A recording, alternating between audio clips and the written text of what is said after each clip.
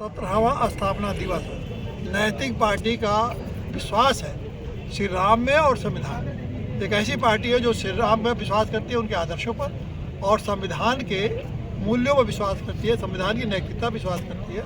तो जहां राम हम लोगों के लिए आदर्श है और वही हमारा संविधान हमारे लिए अधिकार है। ये इस मुद्दे पर नैतिक पार्टी चल रही है।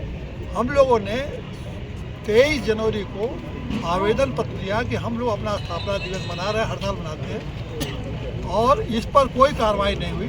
फिर हम लोगों ने 7 फरवरी को कहा कि हमको अनुमति क्यों नहीं दी गई, तो उन्होंने उस पर भी कोई कार्रवाई नहीं। तो जब आज हम लोगों ने पूरी तैयारी कर ली, प्रदेश भर के कार्यकर्ता आ गए, जब सारे लोग आ गए और आज हम लोग यहाँ पहुँचे तो पता लगा कि अनुमति नहीं दी गई है आपको।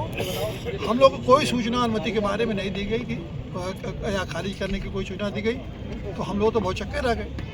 तो हम लोगों ने सोचा कि अगर सरकार नहीं दे रही है तो हम लोग बाहर बैठ के ही अपना, ये हमारा मौलिक अधिकार है कि अपनी बात लोगों से कहें, तो हम लोग बाहर आके अपनी बात कह रहे हैं और सारे कार्यकर्ताओं को अपनी बात करें। अब हम लोगों ने ये समझा कि सरकार ने हम लोग को अनुमति क्यों नहीं दी, तो उसका कारण हमारे 2 एजेंडा। एक एजेंडा है कि वो हम लोगों ने इस बार ये शराबबंदी का एक हम लोगों ने घोषणा करने वाले थे कि शराबबंदी के लिए बड़ा आंदोलन चलाएंगे। दूसरा हम ये घोषणा करने वाले थे कि ब्राह्मण हित नीच निदेशक सभा बनाया था हम लोगों ने कि अब ये हमारी पार्टी ब्राह्मणों का आह्वान करेगी और कहेगी हम ब्राह्मणों के हितों के लिए काम करेंगे, क्योंकि जो भाजपा है वो ब्राह्मणों की क्या बातें ही नहीं करती, चर्चा ही नहीं करती है। इसलिए हम लोग उनके हितों की बात करने के वाले थे।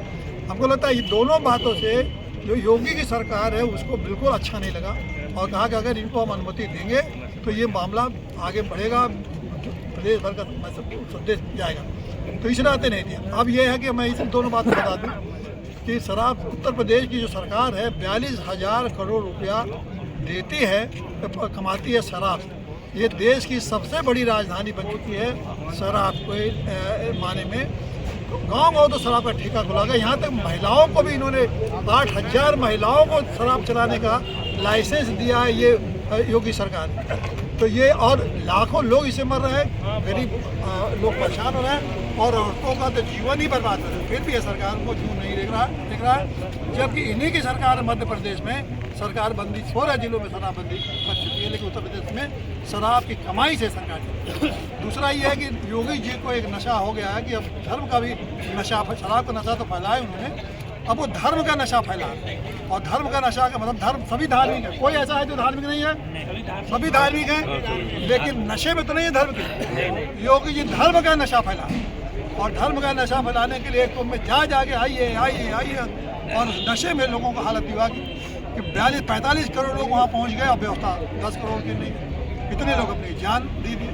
तो दो योगी सरकार के 2 काम तो मुझे दिखाई दे रहे हैं, तो शराब के साथ नशा करो, लाखों लोगों को मरवाओ, और धर्म के नशा से हजारों लोगों को वहाँ उनको में मरवाओ। अच्छा, अभी तक यहाँ कोई प्रशासनिक अधिकारी या कोई आप लोगों से बात कोई नहीं, कोई बात नहीं, कोई नहीं। हम जनता के बीच में हैं, अब इस जनता का ये के साथ ही हम इस आंदोलन को बढ़ाएंगे। हम हमारा लक्ष्य है कि आज जैसे कुंभ खत्म होगा, अपने मुद्दों को लेके हम पूरे प्रदेश में घूमेंगे, लोग बताएंगे कि योगी की सरकार ब्राह्मण विरोधी है, भाजपा की सरकार ब्राह्मण विरोधी है, ये नशाखोरी सबको कराना चाहती है, लोगों को छा लेना चाहती है, धर्म का नशा फैलाना चाहती है, इसे सावधान रहिए। और योगी सरकार को अगले जो 227 चुनाव है इसे बाहर करिए। बाहर करने का हमारा उद्देश्य है कि एक नारा दिया मैंने कि सड़ी गली सरकार को धक्का मारो तान के, ब्राह्मण विरोधी सरकार को धक्का मारो तान के, सड़ी गली सरकार को धक्का मारो तान के, ब्राह्मण विरोधी सरकार को धक्का मारो तान के। टीबी पांडे जिंदाबाद।